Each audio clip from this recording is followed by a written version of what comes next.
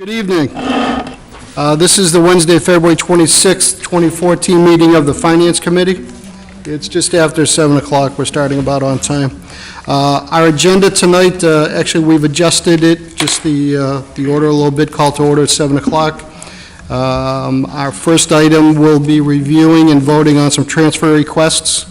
Then we're going to vote on the snow and ice deficit spending. Then we'll get into the fiscal 15 budget presentation and review of budgets. The budgets we're going to review tonight, which is the first we've seen them, so we may or may not vote on them, includes town clerk elections, info technology, moderator selectmen, town manager, finance committee, finance department, human resources, and appeals town hall. We'll acknowledge some minutes and then adjourn. So our first item then will be transfers, and we have our friends from the Council on Aging. We have a transfer request. This would be for the Assistant Director, and the amount requested $941.85, and the reason for the transfer is to fund contractual obligations under the GEU contract. Do I have any questions or comments on this? Do I have a motion? Motion to recommend. Second. All in favor? Aye. Aye. Opposed? So voted. Thank you very much.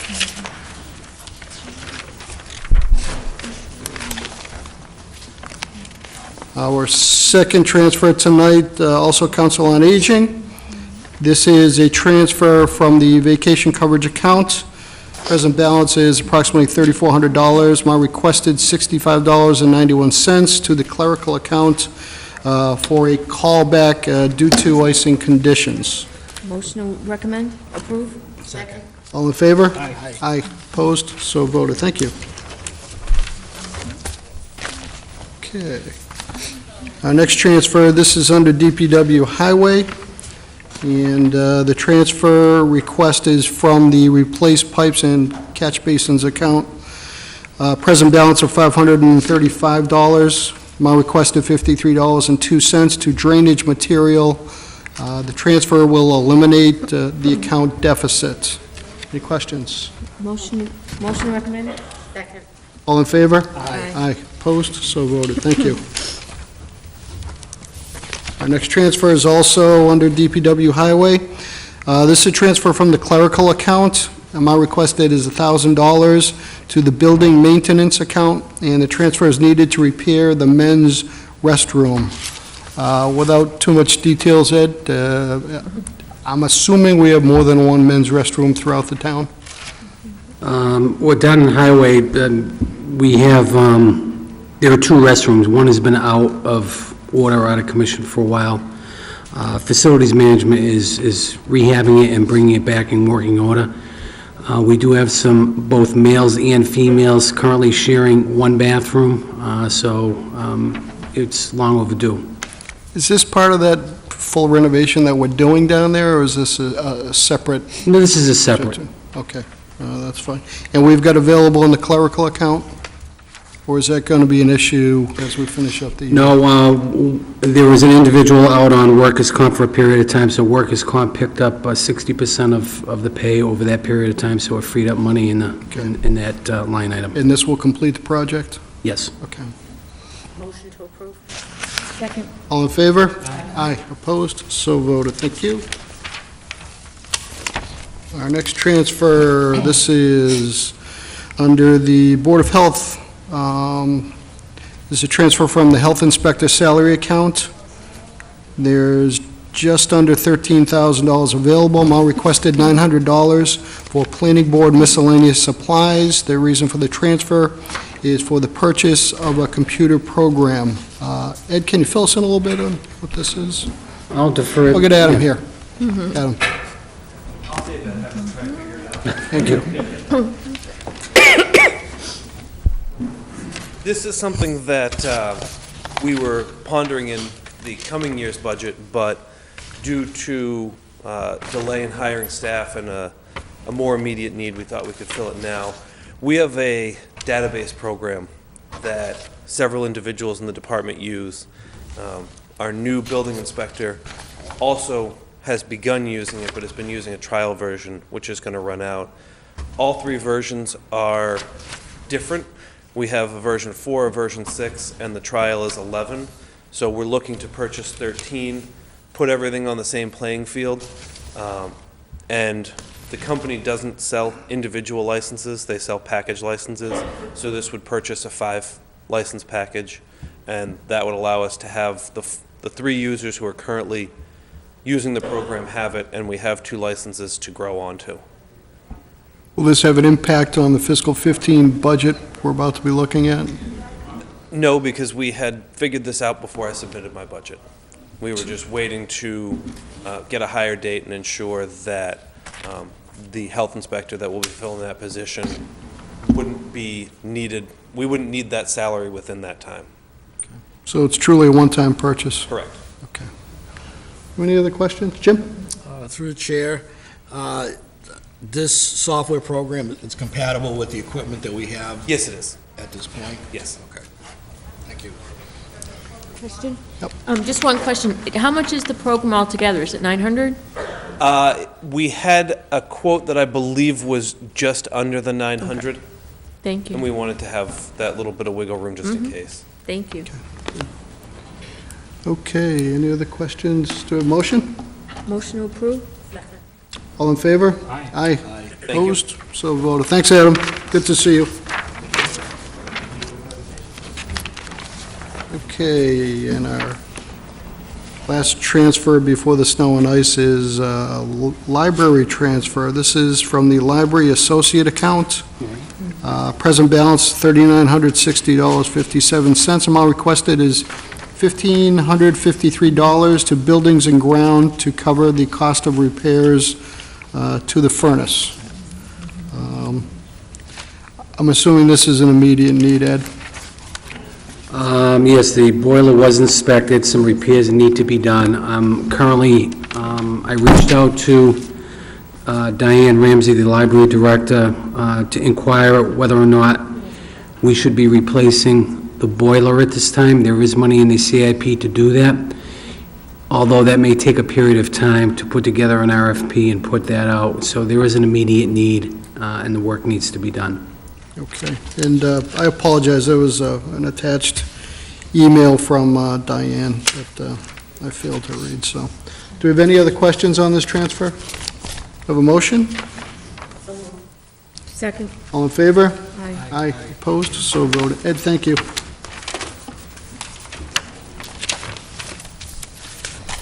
Okay.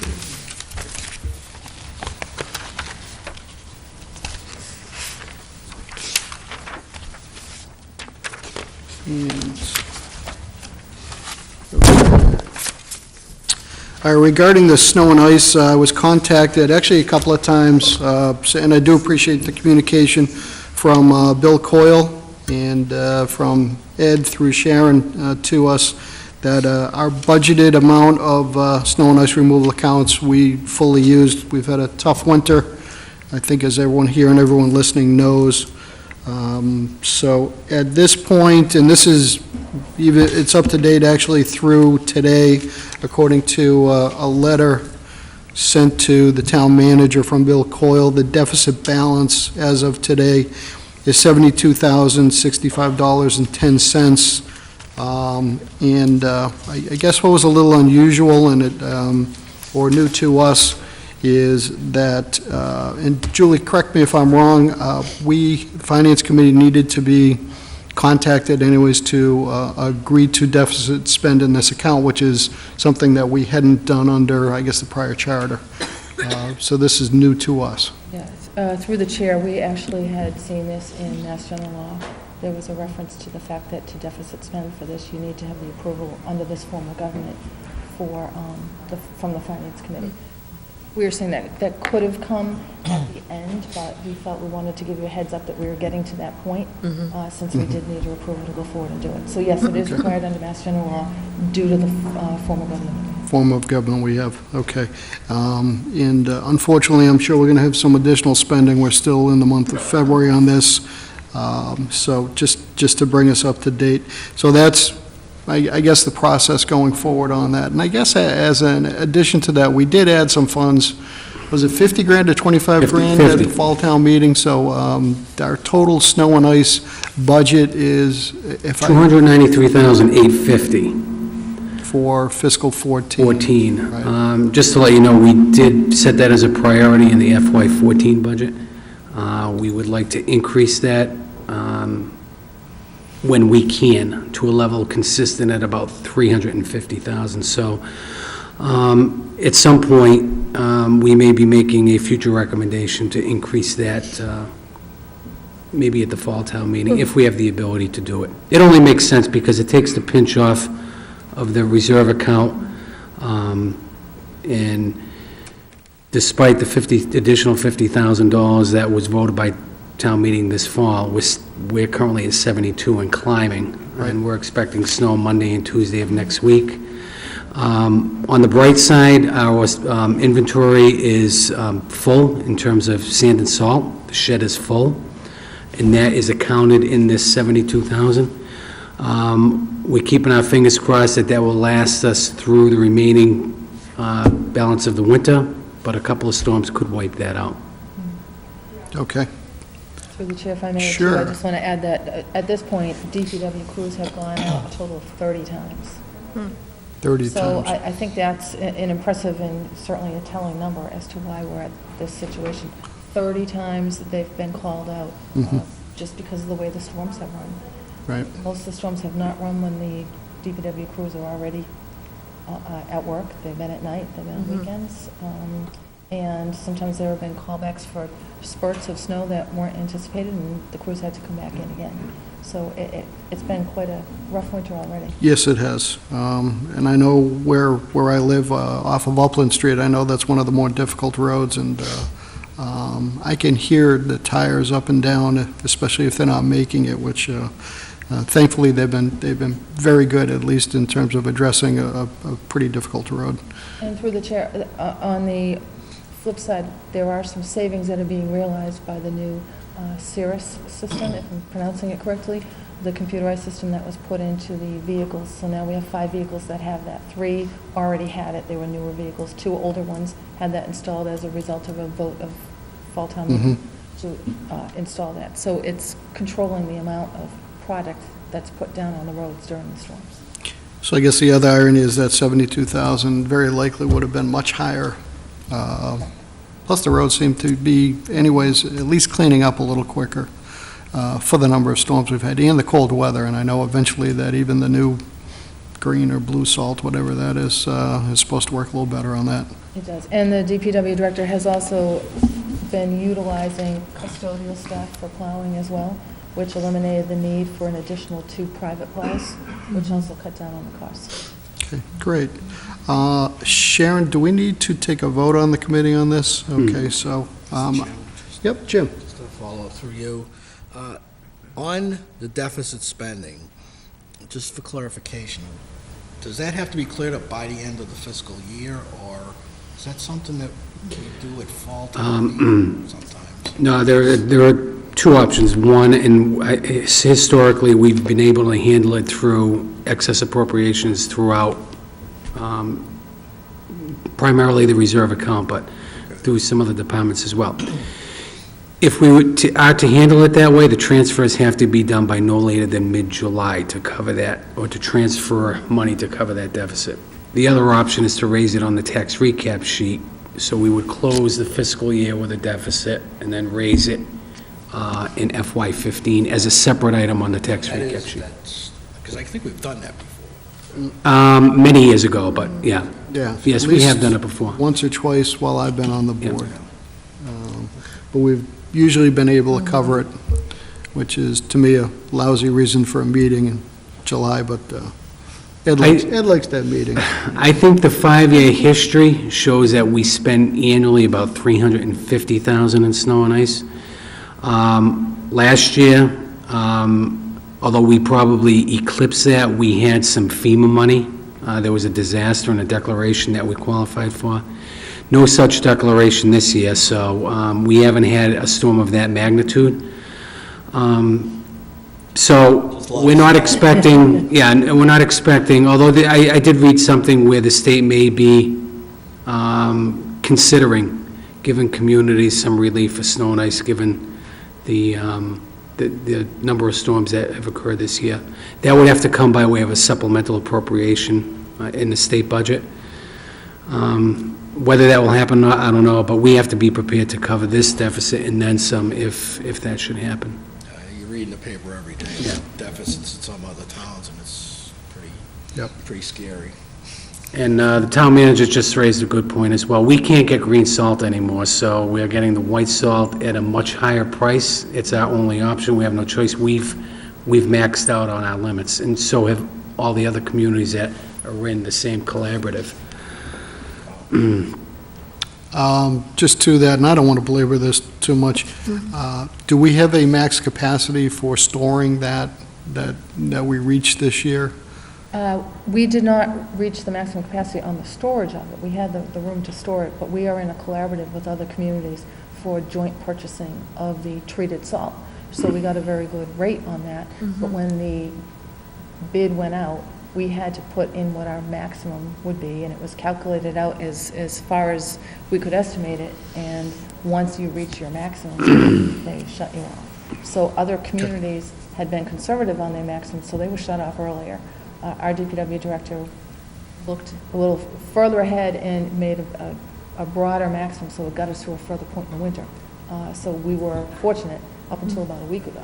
Then when the collaborative hits its maximum capacity, even though we have places to put it, they don't have to provide it to us anymore. So with what's going on nationally with the treated salt, the only type of salt now that's available is the regular salt. And the prices on that at this point are escalating. They were probably 4 times what they were when the contract was originally signed. It was always less than treated salt, and now it's 4 times, minimum of 4 times higher. It's going up each week.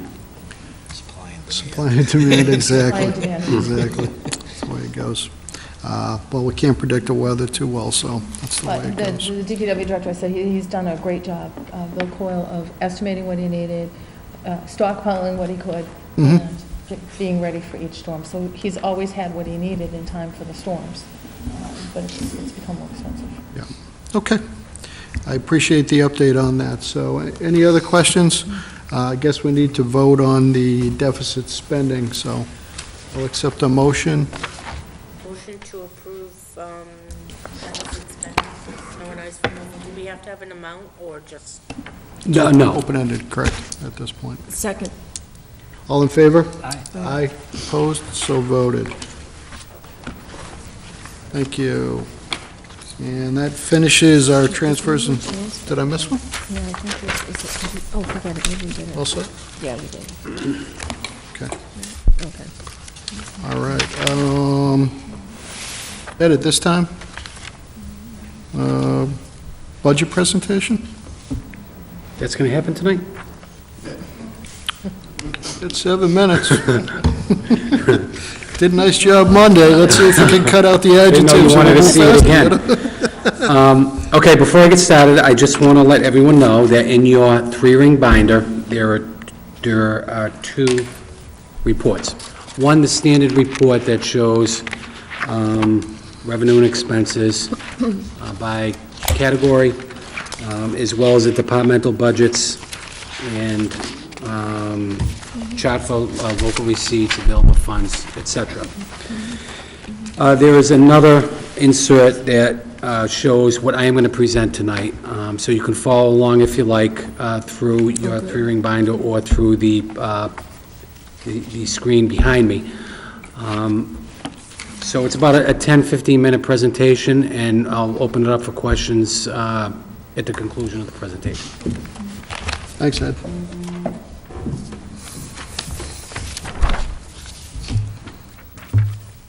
Felt like I was just here the other night. You were. Okay. FY15 budget before you is recommended by the manager under the charter. Has total revenues of $55,853,981. Total recommendation on the budget of $55,851,105, leaving an unobligated balance of $2,876. As you can see, the categories of revenue, and I'll go through that, and that's shows you the itemization of the numbers I just read to you. And also leaving an unexpended appropriation of $2,876.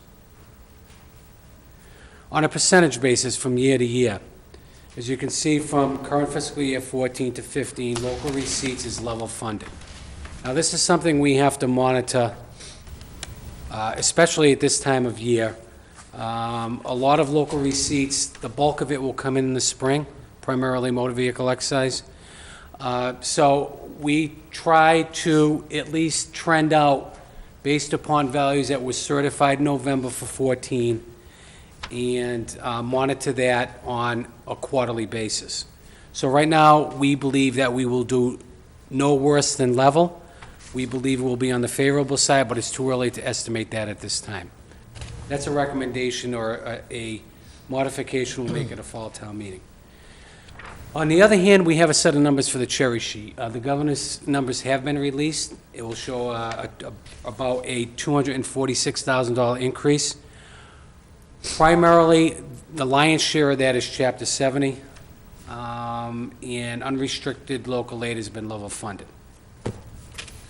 Our tax levy is up slightly over $1 million, or 3.04.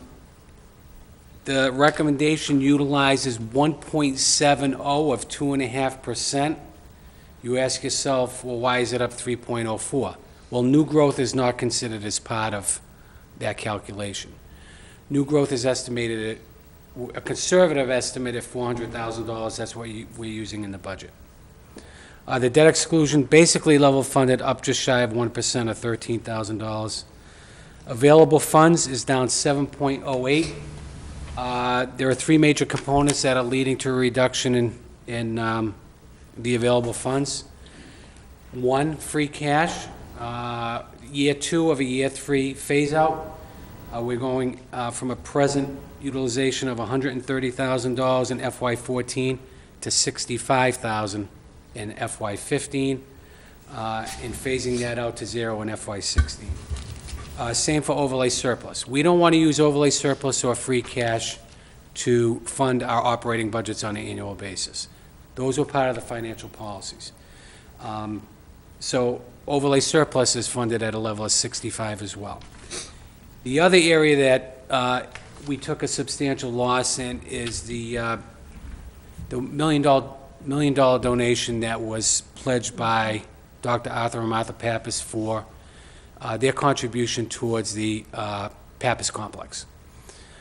This is the final year using the balance of those proceeds to fund our debt and interest payments on the amount needed to construct, equip, and furnish that facility. So our total revenue is up about 2.06. Our appropriations are up just about the same, 2.05. On the tax levy side, we're allowed to bill an additional $908,000 under Prop 2.5. That's the growth allowed. In the budget, we're utilizing 1.25% of that, consistent with what we've done in previous fiscal years, probably the last 5 years. 1.25% would be about $454,000. In addition to that, in accordance with the financial policies, we're using 0.25 or 1/10 of 2.5% earmark strictly for our capital needs. This would be year two of that earmark. And we're also utilizing the cost of our Bay Path construction as a result of the vote that went to the residents of this community asking if they would support a new Bay Path High School. That's about $72,000. That's an estimate at this point in time. We will fine-tune that. We don't expect it to be much more than that. That's based upon a short-term borrowing. that is needed to at least meet their cash flow needs. The balance, which is about .80, is going to go towards excess levy, and that would be $290,714. So the values of each one of these components add up to 2.50. Excess levy would grow to about 3.2 million if you add $290,000 to that. This budget, once again, utilizes $400,000 of new growth. Our five-year average is about $559,000. It actually went down from about $625 from last year. So we are conservative. We're hopeful that new growth will come in higher than 400. And like we did in FY14, we use that excess to mitigate the impact against the tax levy as a result of the shift in tax classification. Once again, on the cherry sheet, we're using the governor's numbers. The governor's budget level funds local aid. Chapter 70 increase of $248,000. Our state charges and assessments is reduced under the governor's budget by $67,000. That's good news. Town administration believes that using the governor's numbers at this point in time is a safe bet. We believe that the House and Senate may move to recommend something more than the governor to the municipalities, given the fact that state revenues are running about $1.1 billion above projections for the current fiscal year. Local receipts, once again, we are level funding at this time. We believe, and in accordance with our financial policies, we continue to remain conservative in these estimated receipts in an attempt to build up our free cash and our undesignated fund balance. We believe that we will be able to make some modifications to these once we close out the fiscal year in FY14. On the available fund side, as I indicated earlier, this is a year two reduction of both free cash and overlay surplus. Current earmark for FY14 is 130.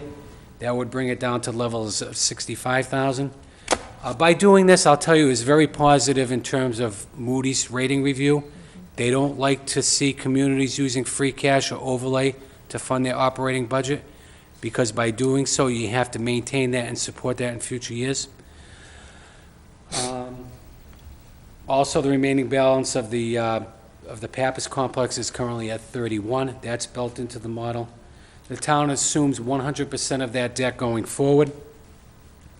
And we have a one-time earmark out of stabilization, and this is something that came before the Finance Committee. And the Finance Committee gave town administration some direction to make this a priority in the next budget cycle. When the fire chief came before you and said that they needed some major repairs to its tower truck, the repairs were made, the chief came back and reported to you, indicated to the Finance Committee that the life expectancy of the truck, even though the repairs were done, is probably 3, maybe at most 5 years. We then began to look at purchasing a new tower truck. I can tell you the chief has given us, and we've reviewed some financing options on this. He's got a price that he believes is pretty right on, at about $980,000. We explored many financing options. We believe the one we are presenting in the CIP plan to be the most prudent. That would utilize a one-time down payment of that truck in year one of $450,000. We would finance the remaining balance of that truck over a period of either 5 to 10 years, all depending on the rates and all depending on what the CIP plan can support. On the expense side, this budget meets all wage contractual obligations. This recommendation, at least on the general government side, does not provide for any new positions. There are many requests for new positions, primarily in the area of public safety. The police chief has asked for 2 patrolman's positions to bring it back to a complement that he had shortly after the override that allowed him to bring on 6 new positions. The fire chief has asked for 4 firefighters positions to bring up his minimum manning to a level that he believes to be adequate and comfortable.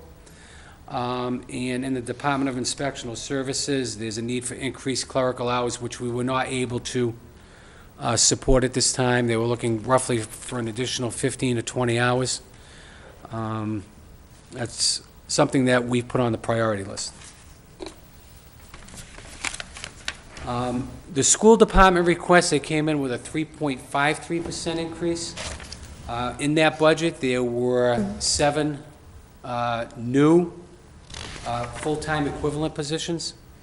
Town administration was not able to meet their request at 3.53. Our recommendation is for an increase of 2.96, or $660,672 above current year appropriation.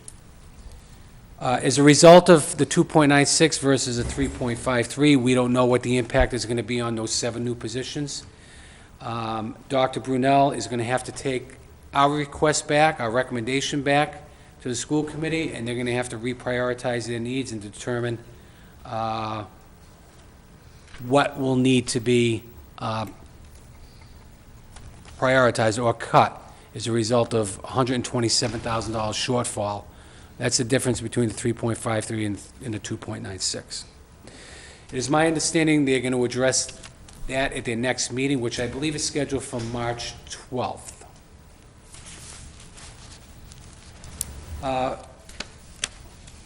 On the expense side, this budget maintains the current level of snow and ice. That does include the additional 50 that was voted on by town meeting in the fall. That currently stands at $293,850. There was a correction in the budget on some cutting blades that really need to be under snow and ice. It was under highway. We did basically a reclassification of an expense. So that would bring up the total budget of $299,850. I can tell you, as I indicated through our discussion with your vote on deficit spending for snow and ice, we'd like to get that up to a level of $350,000. That would mean another $50,000. That is listed as a priority, which we will get into at the latter part of this presentation. Roadway reconstruction is level funded in this budget at FY14 funding levels. I can tell you, and I know the Finance Committee made this somewhat of a priority, that we fund our roadway improvement monies through our CIP plan, through general fund revenues, and not borrow that money. That recommendation has been made and is part of the, will be part of the submittal of the CIP plan that's coming to you. We will probably submit that to you at your next meeting. And our OPEB obligation is once again funded at $500,000. This will be year 3. No present earmark for stabilization. This is something that we normally bring at a fall town meeting once total revenue sources are known. I can tell you that our group health insurance, we applied, if you recall, we applied a 6-month savings in FY14 with a total value of $284,000. We applied an equal reduction value of an additional 6 months in FY15. From there, we indexed the group health insurance by 5%. And then we added an allowance for new positions that have been identified in the school department. Got ahead of myself.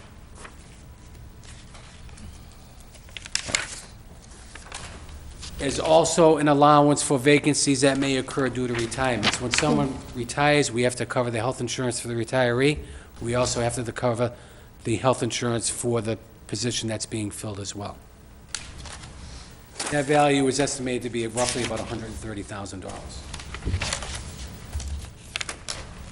I can tell you our middle school and short-term debt will be met through money that we raised outside of levy limit because of the debt exclusion vote.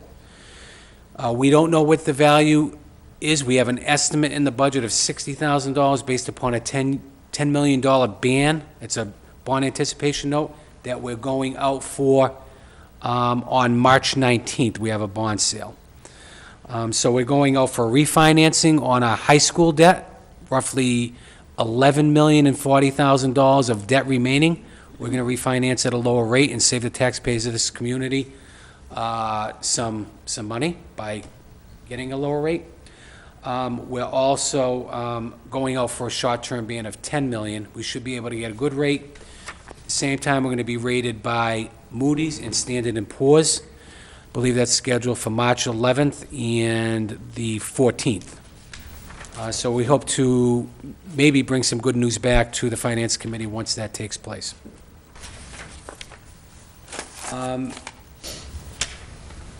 We can tell you that we apply through the financial policy, we're applying more of the tax levy against our CIP.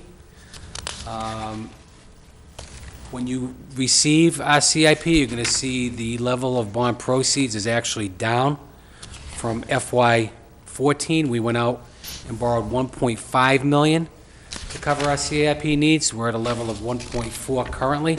So because we're applying 0.25, or roughly $100,000 every year, we're hoping over the course of several years that we get our bonding needs down well under $1 million, and ultimately, we fund it through strictly tax levy, and we won't have to borrow any money.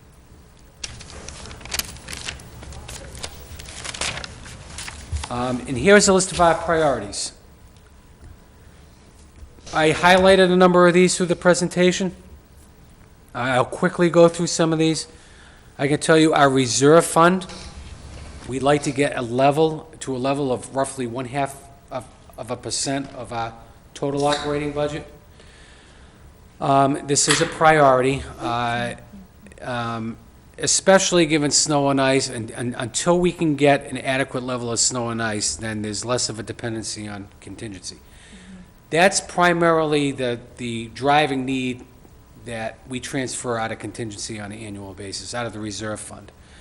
But Moody's and other rating agencies like to see an adequate level of contingency in the event that a community needs to draw on that for whatever reason.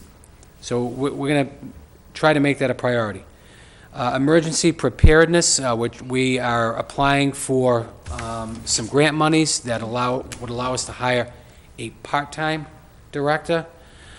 There are so many situations that require the need of emergency management that it really is needed. So we weren't able to honor it at this time, given the magnitude of the needs, but certainly it is on the radar screen, and it's something we like to visit as the budget moves along.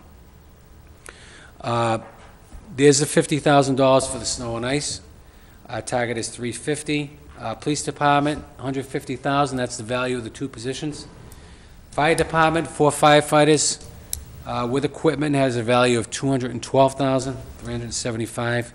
The clerical on the Department of Inspectional Services, roughly $15,000. Auburn Youth and Family Services, met with them. Their counseling services are outpacing the scope of services that are defined in our contract. There is a definite need out there. They're currently at 110. They asked for 125. They actually provided me with detail that shows a need at 175,000. They want to come before you and make a presentation. At this time, we are level funding them at $110,000. But certainly, I just want to make the Finance Committee aware that they'd like to come in and make their case before you. School Department budget, $127,000. That's the shortfall between their request and our recommendation. In stabilization, although there's no value there, it is a priority.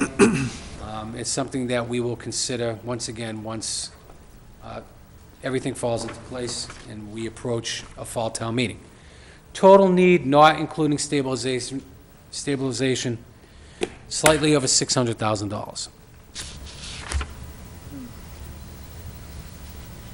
Once again, here's a revenue over expense, roughly $55.8 million, up 2.05%. Unobligated, $2,876. Mr. Chairman, that concludes the presentation. I'll be happy to field questions. Great. This point. Thanks, Ed. And I'm going to open this up. The one point I'll make, and I know was made the other night, is that the budget priorities are not in any particular order of I'll say they're all important, but they're not in any kind of order in terms of meeting one before the other at this point in time. Any questions? And I've got a couple anyways. Jim? Through you, Mr. Chairman. And I know on the priority list, I just wanted to ask a quick question on that. For the police and fire positions, is that just salary, or does that include benefits and things like that? That's just salary. That That's does just not include salary. fringe. So then you have contractual things for, like, the unions and things like that. That includes all contractual obligations, wages, if there are any stipends, if there's Okay. Clothing. No benefits. Right, but no benefits. Usually, what do they use for a factor? Is it like 1/3? Roughly 30%, but it varies. I mean, it all depends on the plan, it all depends the level of salary that they're getting as well. So beyond that, there is other expenses as part of new positions? Correct. Okay. That's it, Jim? That's it. Okay. Ian? So we're going to refinance the high school debt. So if we see any savings, will the interest payments that are set out in the budget here be reduced?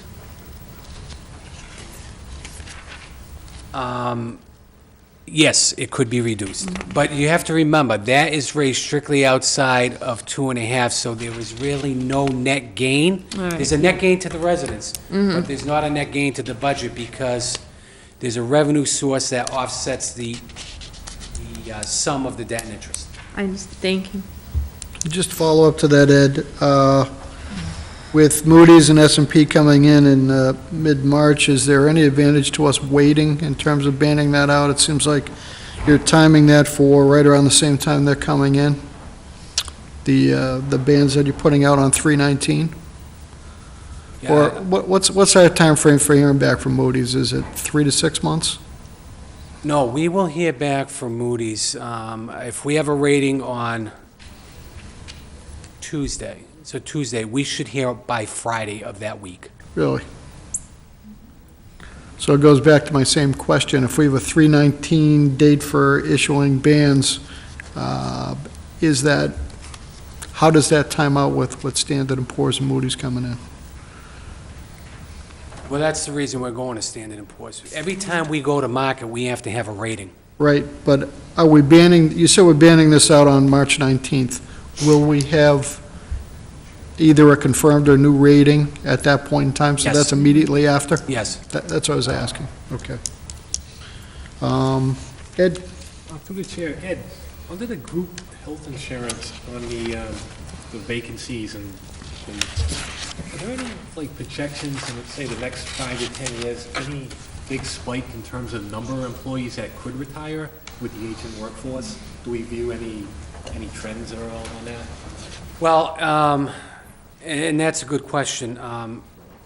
Under the new Healthcare Reform Act, anyone 65 years of age or older Medicare eligible now has to go to the federal government. So what we have done every 2 years is an actuarial. And based upon the actuarial, they can determine the cost of health insurance for our workforce at a given time. So we know if there are blips or cyclical changes anticipated. We don't see anything in the near future. Okay. Is that it, or? Yes, Kim? I have a couple questions, Ed.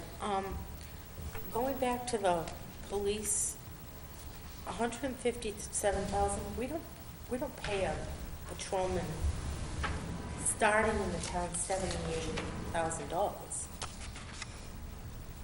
Let me just go to that. Guides to. Because they wouldn't be eligible for Quinville, correct? They're eligible for Quinn if they're a lateral transfer, and they're getting it someplace else. So you just tell the chief he can't do a lateral transfer. That's simple. Well, I think for purposes of their calculations, I think they estimated a portion of Quinn. Because it looks like their salary is 63 and 64,000, and then what do they get, about $1,000 for a clothing allowance? They get, yeah, I would say roughly that. They get a physical fitness bonus of $1,000. There's, But that's not 70, almost 79. yeah, I can tell you there is, I'm sure he could trim that amount back.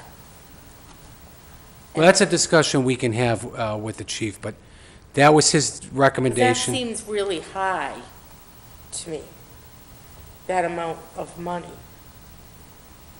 Next question, does our financial plan have a set amount that we put to OPEB? The plan, I just don't remember all the details of that, so what does our plan require us to do? Yeah, it doesn't fix a set amount for OPEB. I think there's a commitment to recognize it, to deal with it, and to fund it, but we are funding it at a level that we can support. And the town manager and I have had many discussions about this, and quite honestly,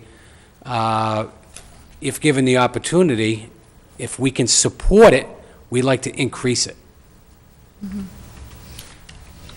What are other communities, through the chair, what are other communities doing with OPEB? Not much. That's what makes us stand out above everyone else. And quite honestly, that's a good thing in terms of the rating No, agency. I agree and understand, I'm, Here's the dilemma, and I guess one could argue, no one else is doing it, why should we do it? There will become a time, sooner than later, that we're going to be required to do it. And it's going to force municipalities to cut their budget in order to level or fund that at a level, at some point, that will become mandated. I think we're in a good position. We're ahead of the curve. no, and I agree, I'm just trying to determine when we sit with departments and they make their pitches for the things that they need that are not recommended in this budget, that are valuable things for the town, and you make pitches for things like snow and ice removal that are valuable to the town, but we can't fund. I just want to know where that balance is. Yeah. Kim, I can tell you our ARC, annual required contribution for OPEB, is about $2.2 million. I think we had a bar graph on this at the fall town meeting. At 500, we're funding that at about 18%. 100% would be 2.2. We're funding it at 18%. So we're far below, but at least we're making Progress, okay. But, and I'll follow that up, and I think we've done this before, and the argument relative to other towns, I believe, well, my opinion is it would be unreasonable for all of a sudden, the smaller communities around us to all of a sudden have to be throwing a couple of $1 million a year to catch up, relatively speaking, to what we would be contributing. And in the meantime, perfect example would be, we've been denying Youth and Family Services a well-deserved increase in their budget for what seems like a decade now.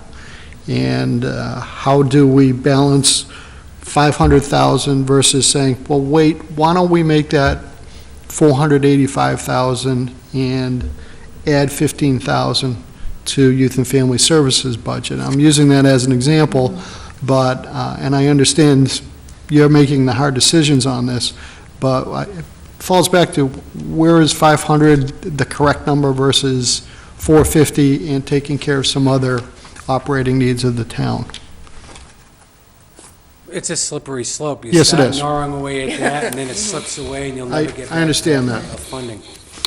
I didn't expect an answer At some point, I either. can tell you, I mean, right now, it's not an adverse opinion on a community's financial statements.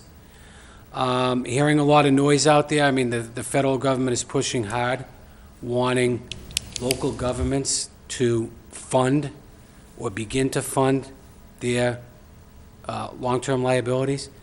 At some point, I believe it's going to be an adverse opinion if communities do nothing. They're going to be forced to fund it.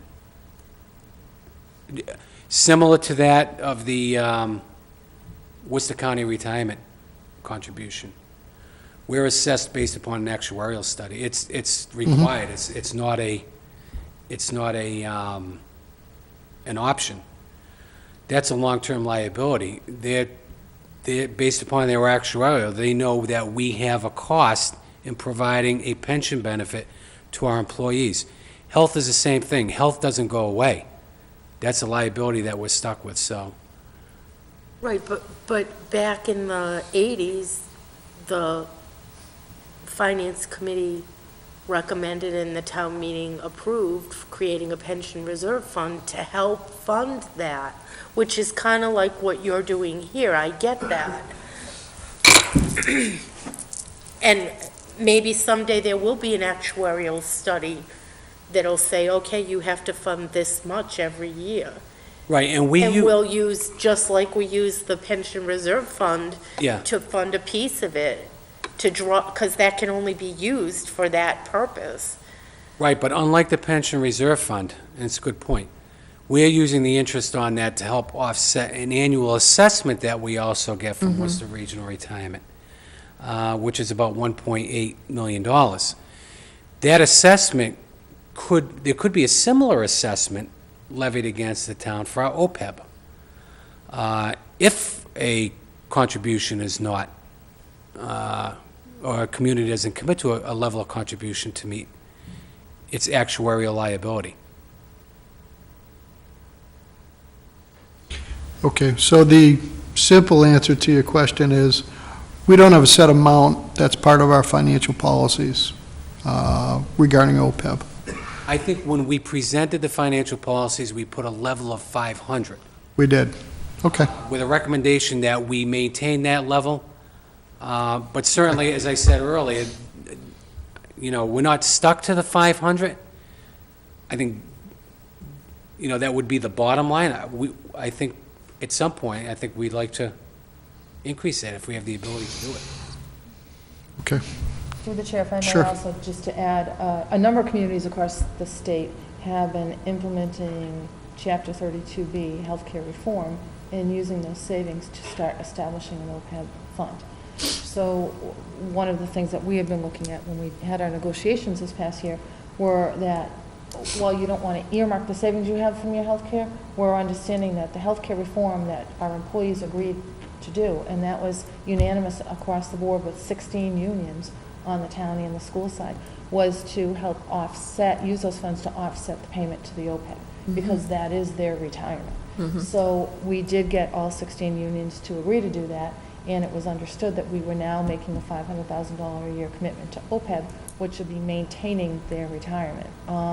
There has been legislation proposed, and it proposed last year, again this year, and it's my understanding from people in the industry that they believe OPEB may be a required commitment within the next 2 years. So we, in addition to the healthcare changes that we did on the copays and deductible side, which we actually did outside of 32B, we were going to invoke 32B, and the unions came to agreement without it. We also negotiated healthcare changes where we eliminated the grandfathered 90-10 healthcare contribution rate for employees. And that is at a phased-in. On the municipal side, we have 11 unions that agreed to that. And it's phased in over a 1.5-year period. So by July of 2015, all municipal employees will be at that.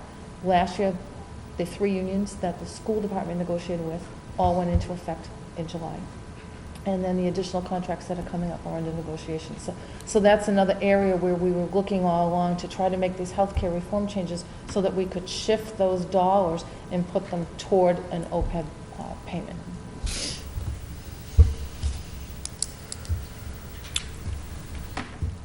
Yep.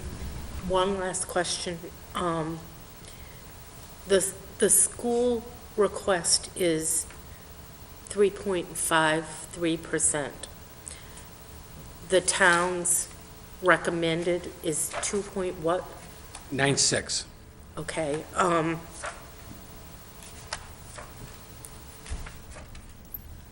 that does that factor in the fixed costs of health insurance on the town side, the 2.93, does that include the fixed costs, or is that a separate, do you show that as a separate? Because the town side carries health insurance and all the fixed costs for all town employees, including schools. Correct? If I can refer to one page, not in the presentation, but in the handout that you received, and it's a listing of departments with a FY14 budget, FY15. Where is it, Ed? She's got it right here. I'm passing it down, I forgot to copy this. Is that enough? Oh, Yeah,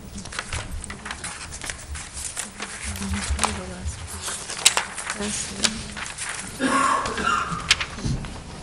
How many pages in is that? It's the third to the last, right? It's the third page before the end. okay.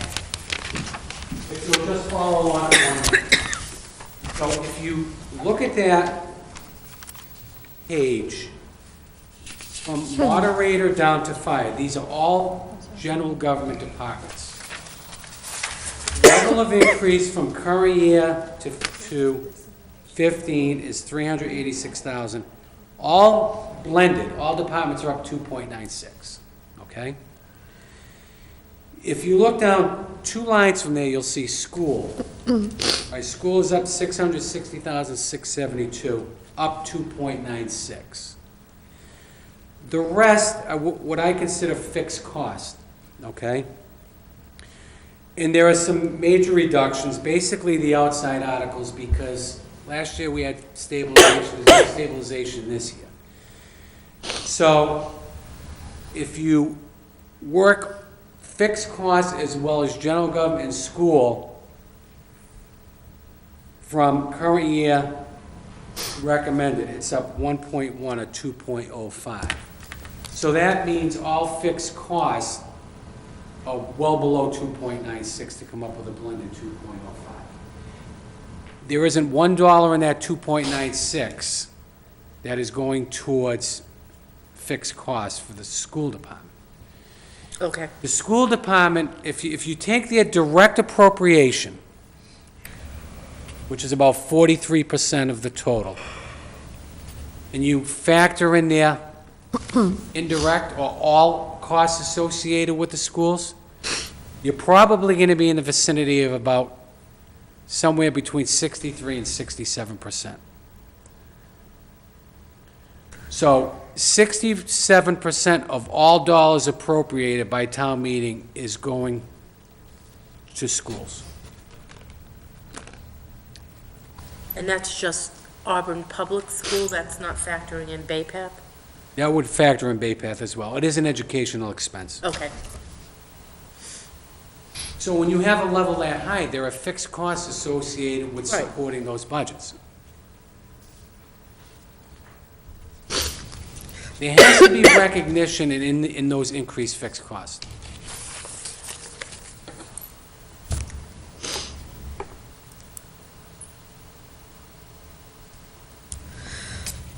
You all set, Kim? Yeah, I think so. And you can For still now. ask another For question. now. I know that wasn't your last For question. now, yeah, I'm I would all hope set. that's not the Thanks. case anyway, so that's fine. Jim? Sure. Through you, Mr. Chairman. And this is more of a statement, I know that it was covered at the selectmen's meeting the other night. With increase in school budget positions in particular, and I know we're gonna have our day to sit with the school department and talk about it, but it just seems like with all the changes, consolidations coming up, I just would really hate to, bring more FTEs in when we're looking at consolidation, and there's gonna be attrition, retirements. I look at that and it makes me cringe a little bit, but more of a statement. I know it was brought up at the selectmen's meeting, but I just wanted to make that clear for finance. The one thing we know, our predecessor chairmen, and I'll say that plural, always promised, and they've always been correct, that whenever we open a new facility, be it school, whatever, the efficiencies that we gain from a better capital piece of equipment will be fully offset by a bigger budget for whatever good reason, whatever. And that's not an insult to any department or the school, but we know there's going to be an impact on the budget with this major consolidation going on, and we're going to have to be very mindful of that. I want to make sure they're adequately staffed. Frankly, with the consolidation, we're still going to have the same number of kids, and if you address your school needs on a teacher per pupil basis, it would seem to me that your gains would probably be on the administrative side, and maybe a little bit more, but I wouldn't expect much or anything on the teacher side. In fact, I would hope not, assuming that everybody's happy with the teacher to pupil ratio, my opinion. Any other questions, Jim? No, I've got a couple, just real quick. Ed, can you just clarify, this is going back to your presentation, regarding the 0.15%, the Bay Path number, that increase of, say, 72,700, that number which is added to the operating budget will not increase further necessarily in future years, correct? Will increase. Every year? Or is this I think because if we're in you the... recall, when they trying to remember came that. at that joint presentation, I think there's a plan to ban Yeah. a 2-year period with I think last year's cost was roughly 62.5 for a ban. And this is just an estimate, so I don't know what the hard number is at this point. But it's going to max out at a funding level based on our $3 million share of about $225,000 per year. Okay. Level debt service once they go out and bond. Now, that's based upon a project price, a cost, estimated project cost, at our share at a rate of, I don't know, 3.25%. It was a 3.25 or 3.5%. So probably anywhere from 225 to 250 once the entire project is bonded for. So this is going to go up. Okay. Now, and that rings a bell now in terms of those numbers. And that'll be over, probably a 2-year period by the time they get that, so we'll probably see increases. Normally, it all depends on the market. Yeah. Plus, they have MSBA reimbursement on a monthly basis, so they're getting cash in.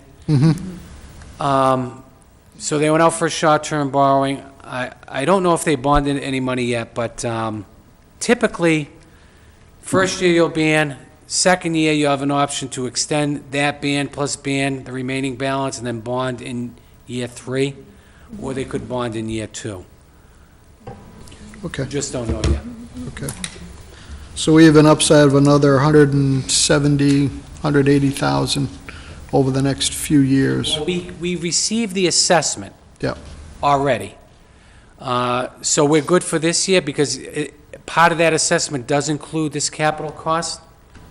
I just didn't have the details of, I had a total capital of 131,000, but I didn't have the breakdown for the band portion. Okay. So that's something I'll have to get from Bay Path. Okay. Just 2 more hopefully quick questions regarding the proposed financing for the new fire truck. We've come up with I'll call it a plan at this point of using 450 in stabilization funds, the remaining to be financed. Is that 450 a hard number, or is that relative to funds available or incremental stabilization funds available at that point in time? Well, right now, we have roughly $2.3 million, so it is in the bank right now. We've talked about this, we can still modify it at this point. We believe 450, roughly half would be, if we can put what we can, as much as we can down now, we finance less, we pay less in And debt that's interest. going to my point. So basically what you're saying is we'd be bringing stabilization down to 1.7, 1.75 million, based on what we have somewhere in that ballpark. We had roughly 2.2, we withdrew 325 for the land acquisition piece for the Auburn Middle School. We put 325 back in, basically a wash, we're back to 2.2. All depending on interest, could be 2.3. Withdrawal will bring us down to 1.8, 1.9, and hopefully we'll be able to put something back in the fall to bring it back up to levels close to where it is today.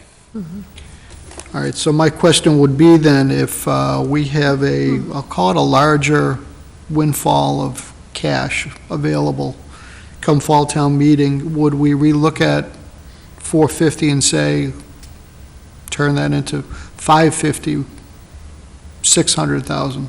I would say we stick with 450 because I think the chief has to begin, once this action is taken by town meeting, to begin, place the order. What I would recommend is we finance it for a shorter period of time. That's why I said 5, 7, or 10 years.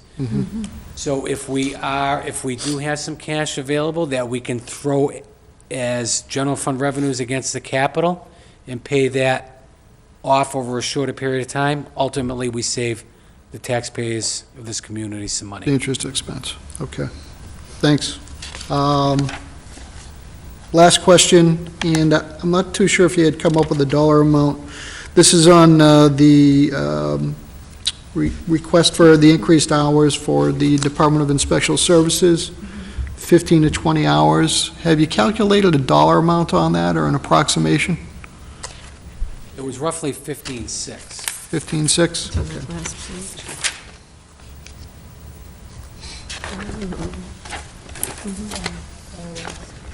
Okay, I'd missed that. 15 hours at roughly a union rate of, I think, currently $20 per hour.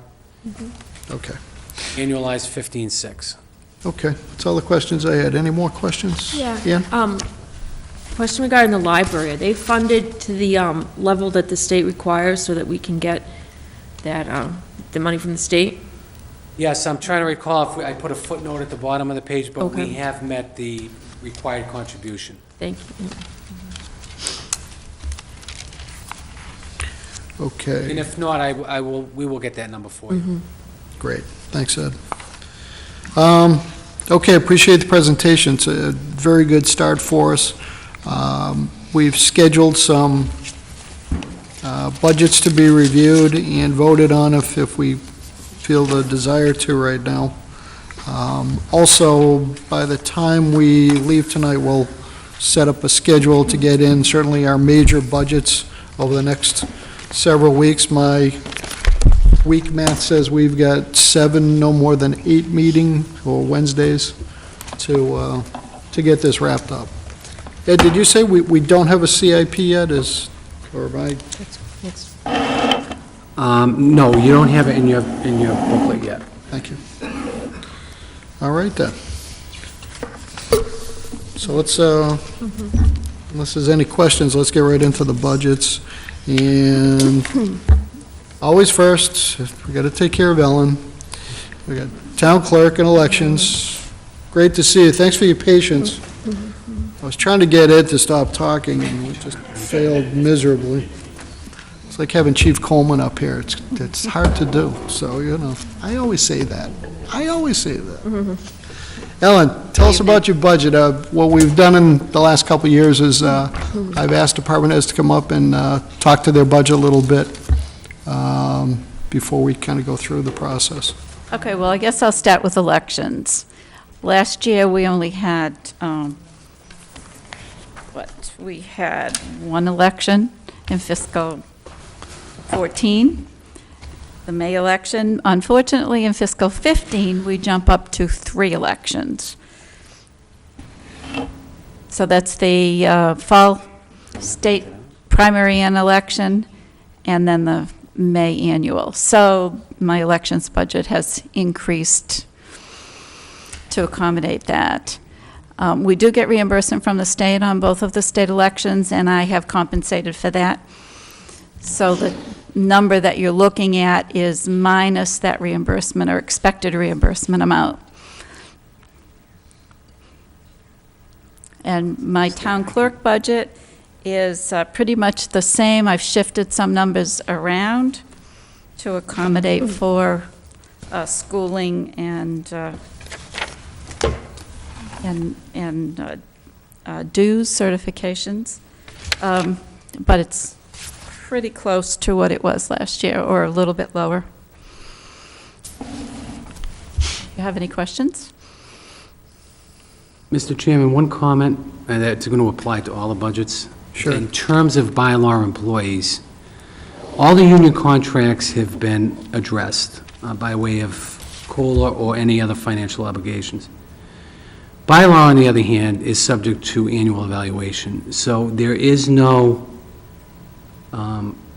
adjustment for bylaw employees in the FY15 recommendation. That amount, once again, would come out of the salary and wage reserve once the evaluations have been performed and completed, and would be transferred to the individual departments. That level of funding in the FY15 budget for the salary and wage reserve is $40,000. Now, as you recall, we increased that by a substantial amount last year because all of our contracts were being negotiated.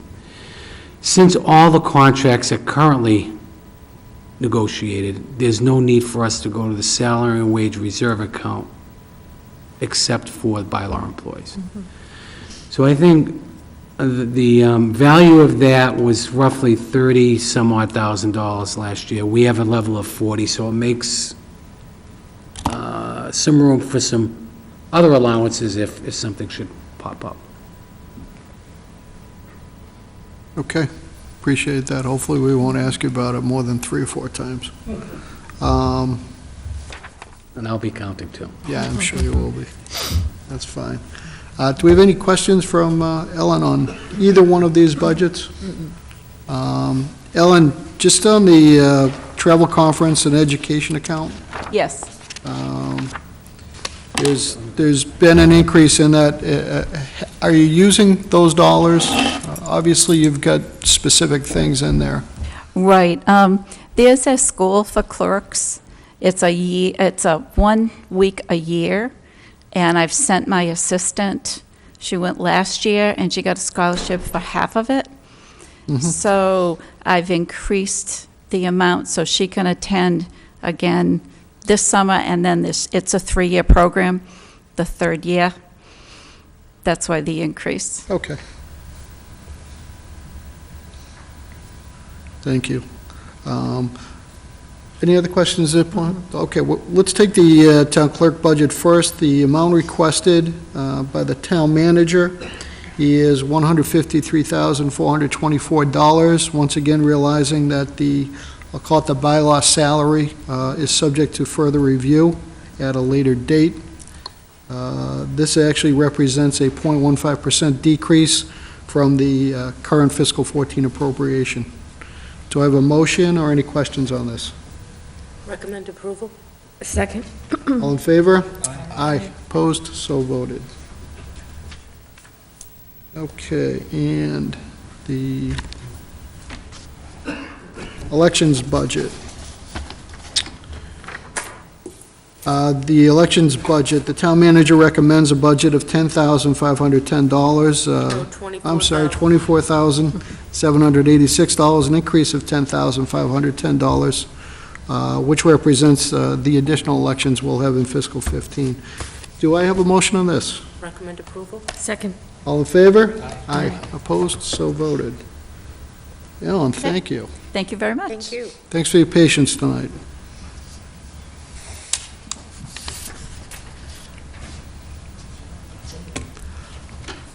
We're going to take these in order. Our info technology guy, who we never see. I think that's a good thing. I'm not positive on that. You do keep us going. Good to see you. Good seeing you. This is budget number 155. Still hard to find. Bill, you want to fill us in on your budget this year? Sure. My budget this year is essentially the same as it was last year, except for increases mostly in software maintenance. And if I could just run through some of them, the Munis maintenance goes up pretty much every year like clockwork, so that's the top one there. Vision's gone up slightly, and a couple of the related items with that, the GIS module support went up. Esri licensing stayed the same, as did RRC and People GIS. Esri itself went up $800, and that was to purchase 2 licenses. So that was a necessity there. Further on down the line, the next thing that went up significantly, I would say, is AVG, and that's our network antivirus program. And that is a 2-year amount there, so you won't see that next year in the budget. Comtrack stayed the same. That is our maintenance for the town's fiber network.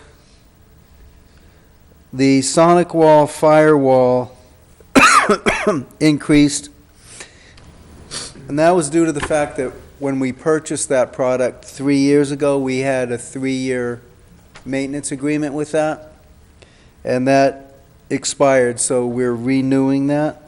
We've indicated that we would come. Microsoft software licensing actually went down.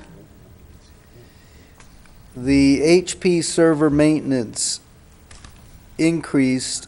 Basically, we pay $349 for each server. So in FY 2015, that $1,047 reflects 3 servers. If you see in the chart below, you'll see under the care pack expiration, one of those fell under FY 2014. So we have 3 more that we have to take care of this year. The Barracuda Mail Archiver is a product that we use to archive the mail messages. That is a maintenance cost that we have to incur annually for that. Miscellaneous is items that can just pop up: memory, hard drives, monitors, keyboards, mice, things like that. The Verizon backup is a DSL circuit that we use, so if our primary charter circuit goes down, our internet connection, it fails over to that, so we don't lose our connection. And that last item, the Dyn MX backup, is when we fail over to our Verizon circuit, that will store the mail messages that are delivered during that down period, so that they'll be delivered once the circuit comes back alive. So other than that, we had a slight reduction in miscellaneous supplies from 225 down to 100.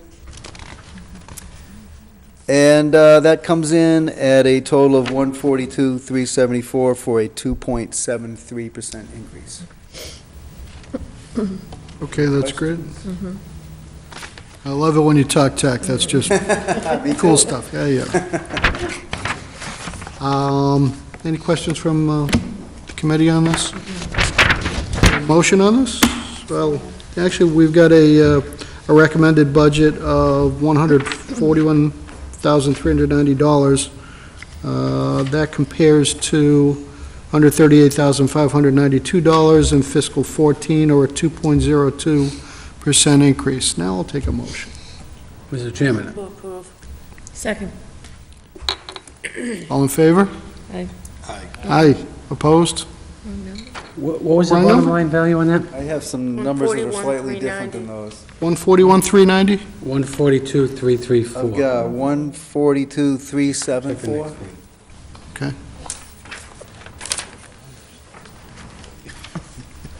What's the 142,374? 142,374, Okay.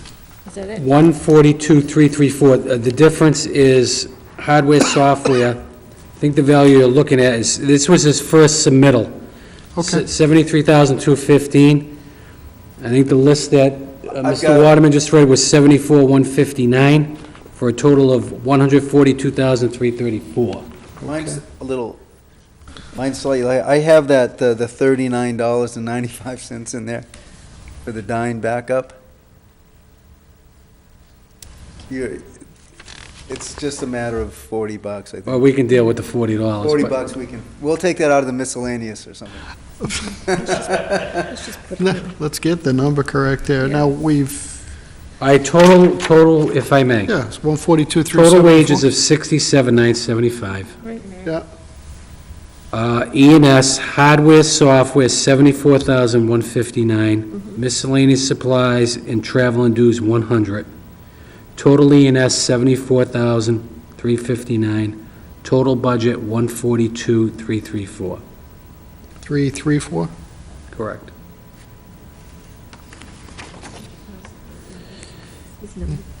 And I think that was my error, because when I gave the book to Sharon, this page was under the top page, so I apologize for that. I'm never going to blame the IT guy, or we'll never get to tomorrow. So, we actually voted on a motion. I'd accept a motion to reopen this budget. So moved. Second. All in favor? Aye. Opposed, so voted. We have, let's just say, a revisionist budget of $142,334 as presented by one of our two town CFOs. I can say that now, can't I? Do a motion on that? So moved. Second. All in favor? Aye. Opposed, so voted. Bill, thanks. Okay. Sorry for the confusion. No problem. We'll work it out with the numbers guy up here. Sharon, can you make sure that's on the server? Okay. Our next budgets are moderator and selectmen.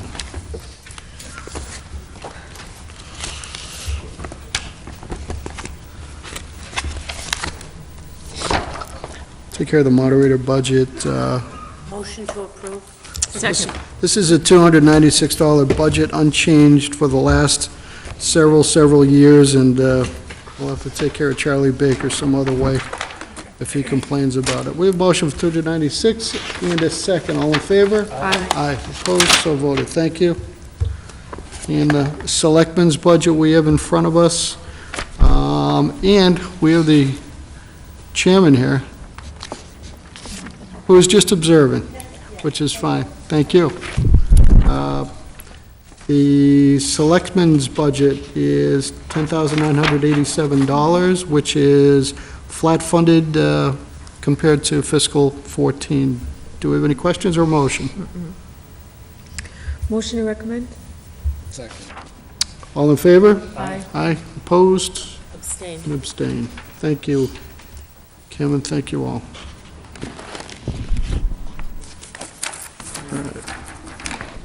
Our next budget is town manager.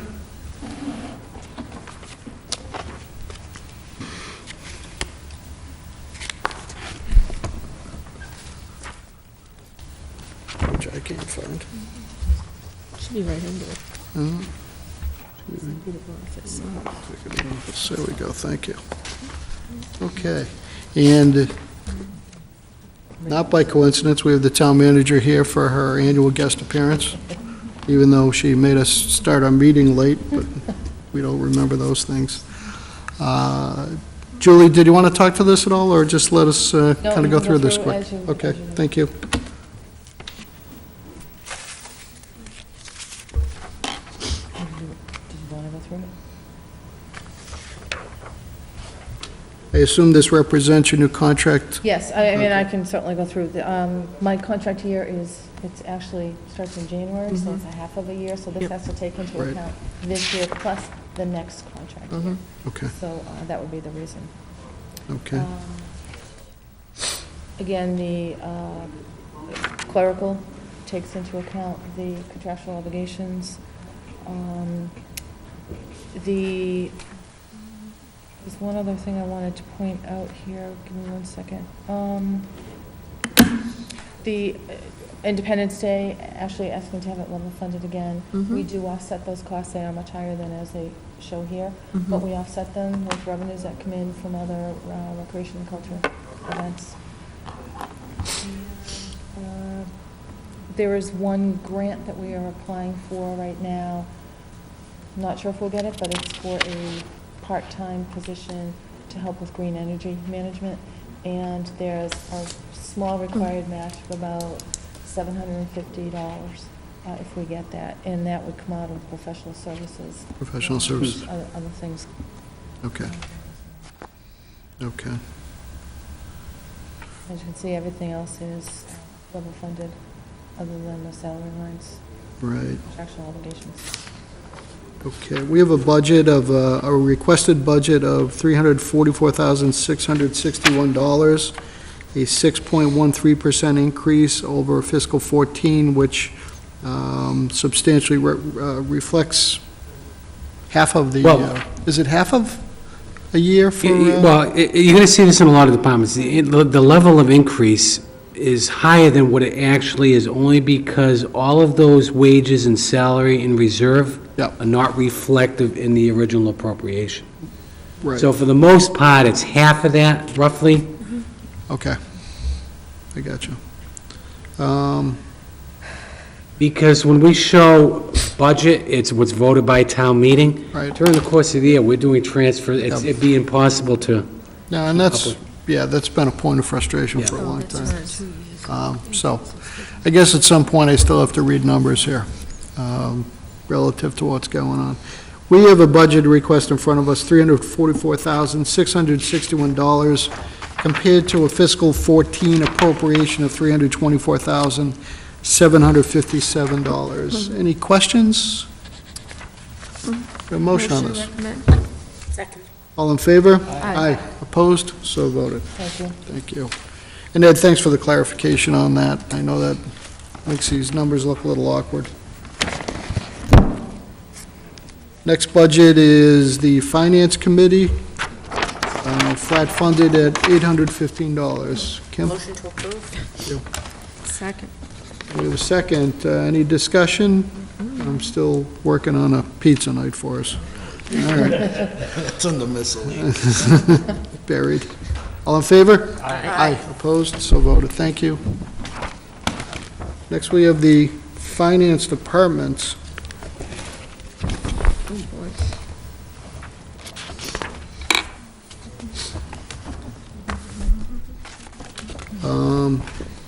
Ed, did you want to talk to your budgets here? there's really not much to share, other than the contractual obligations have been adjusted. Okay. Everything else is basically level funded. Okay. So we've got 3 divisions under finance. First division is accountant with a recommended division budget of $178,517. Second division is assessor We usually vote this, right? with a total of that division of $159,329. This is what we vote. Right, and treasurer collector, that division has a budget of $225,240. A total finance department recommended budget of $563,086. And that is compared to a fiscal 14 appropriation of $555,596, or an increase of $7,490, or 1.35%. Questions? To approve. We have recommendations, do we have a second? Second. We have a question, Jim? On the roster, there's a second page to the assessor, assistant to the assessor.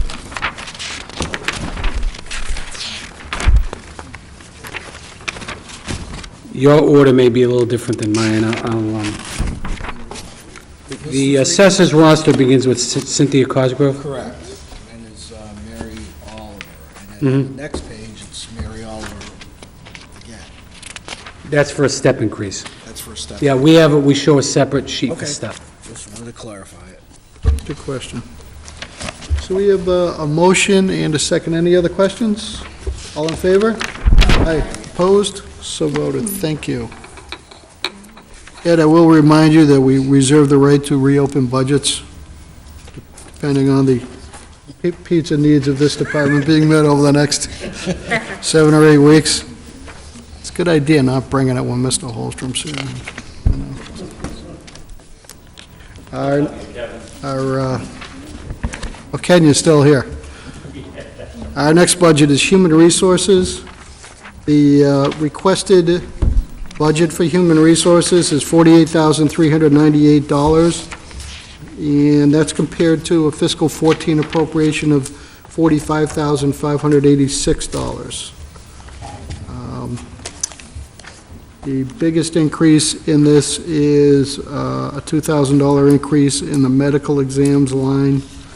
And we've actually had transfers before us to increase that in fiscal 14, right? So our fiscal 14... Actually, we're running at I think we're already at, I'm going to check this as we speak. I think we're, medical exams, we've already expended 5,100, with a total of 7. We transferred an additional 4 in there. Right. The request actually came in higher. I had a discussion with Deb Du Bois. We looked at a 3-year history, which is running at about $5,000. So we thought this year was an anomaly. We believe 5,000 should be adequate, but it's something we'll keep an eye on. Okay. Any questions? Your recommendation on this? Recommend approval. Second. All in favor? Aye. Opposed? So voted. Thank you. Ed, if it looks like those numbers are changing, let's try to make sure we get this one right if we have to, you know, in terms of... Actually, you know what, I'm just looking at my notes. 3-year average is $3,892, so 5,000 should be adequate, even though we're running above 5 this year. These are not annual medical exams. They're periodic, right? As you bring individuals on, new hires or, So it's not annual. no. Okay. Okay. Our last budget that we're going to review tonight is the appeals and town hall budget. I think that's 2 separate Is budgets. it 2? Is that 2? I was going to say, why are we putting that together? Comma. I forgot what those are for. So it's appeals. Luckily, I believe we have their chairman in our midst. Lucky for us, not for him. The zoning board of appeals budget, the town manager recommends a budget of $12,104, which is an increase from fiscal 14's budget of $10,526. Do we have any questions on this? Is there a required education component, Mr. Chairman, on this? What that is, Mr. Chair, every year they have a conference in Worcester for board members, zoning and planning, conservation, where the state puts on some educational classes. So we thought we had quite a few new members, so it'd be worthwhile attending again this year. Okay, that makes sense to me. Motion to approve? Second. All in favor? Aye. Opposed? So voted. Thank you, and thank you, Mr. Chair. Our last budget tonight is Town Hall.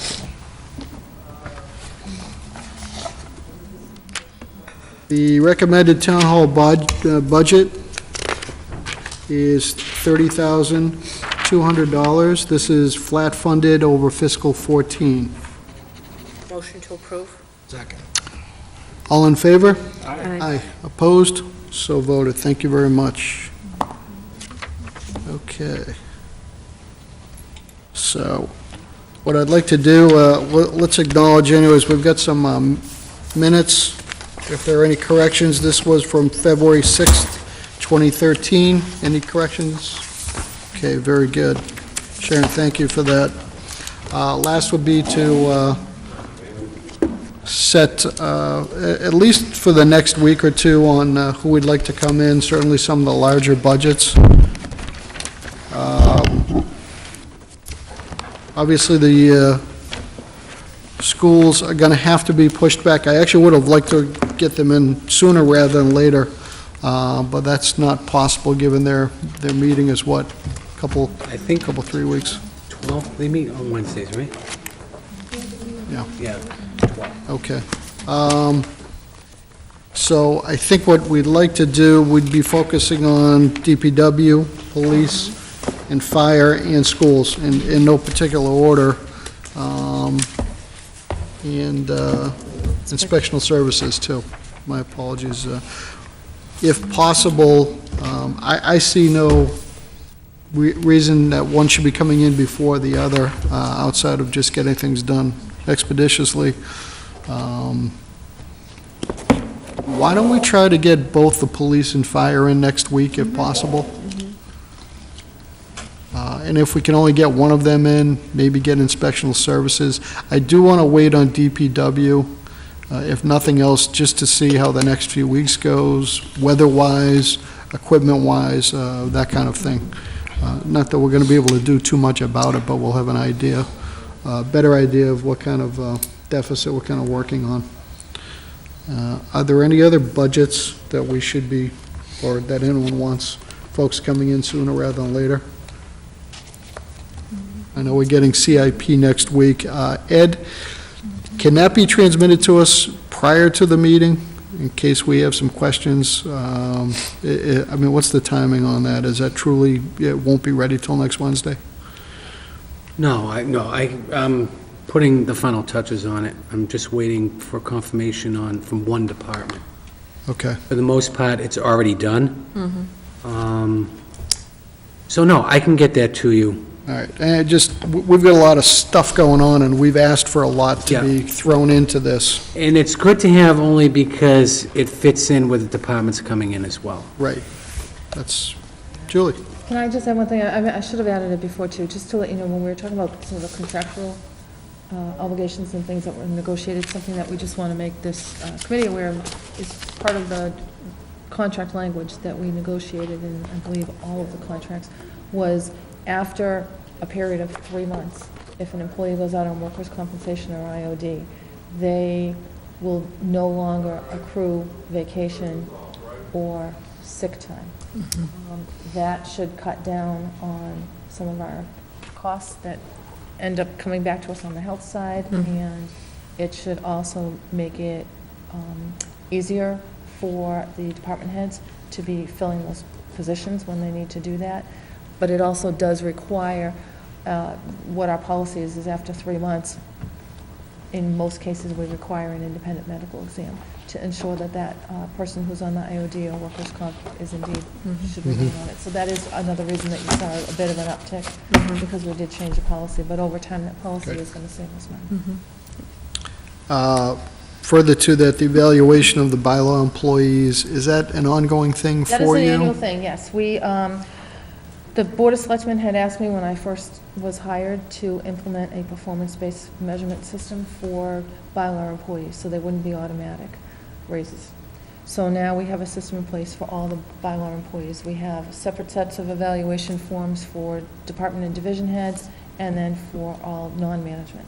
And those are done every spring. Starting around April, May, those are Okay. done. The reason that they're done at that time, prior to the budget, is because my contract, the town manager's contract, goes from January to January. So the goals it's a pyramid, the goals that the Board of Selectmen established for me then translate down to what the department heads should be working on too. We should all be focused on the same overall vision and goals for the town. So we've coordinated their goals and their performance-based evaluations with mine, so that we're always reporting on the same things, we're all working toward the same things. Good. So it does push it off a little bit off from what the budget is, because my contract doesn't run with the same. But yes, it's every single year, and each employee is evaluated, and it does go into their file. And then there is a maximum level that they can get, and there's also the ability to not quite make the maximum if that ever became necessary. Okay. So we won't expect any bookkeeping adjustments to the budget as Because it's in the reserve. these evaluations Right, and- turn into dollars and cents. Yeah, given the timing, we're hoping to have transfers in place once the budget is passed, late June, early July, so bylaw employees can realize what's due to them instead. On a instead of- timely basis, Yeah. right? Yeah, okay, and that makes You sense. just can't Fair make, to I them. mean, it's up to, it could be up to a value, say, up to 2%, depending on the evaluation, and to make that assumption or decision now is too premature. Sure, okay, that's fine. We have anything else? Sure, Could we get a copy of the recap sheet, please? Sure. okay. Great. Sharon, you're going to let us know who's coming in next week? That would be great, just so we can be focusing on those budgets. And Ed, if you can get that CIP out to us, so that may just help out with some discussions. I think we'll approach CIP as leaving it open on a department-by-department basis. And who knows, maybe that thing will evolve and change somewhat as the next, 35, 40 days goes. Okay. With all that being said, way too long, I'll accept the motion to adjourn. Second. All in favor? Aye. Opposed? So voted. Thank you.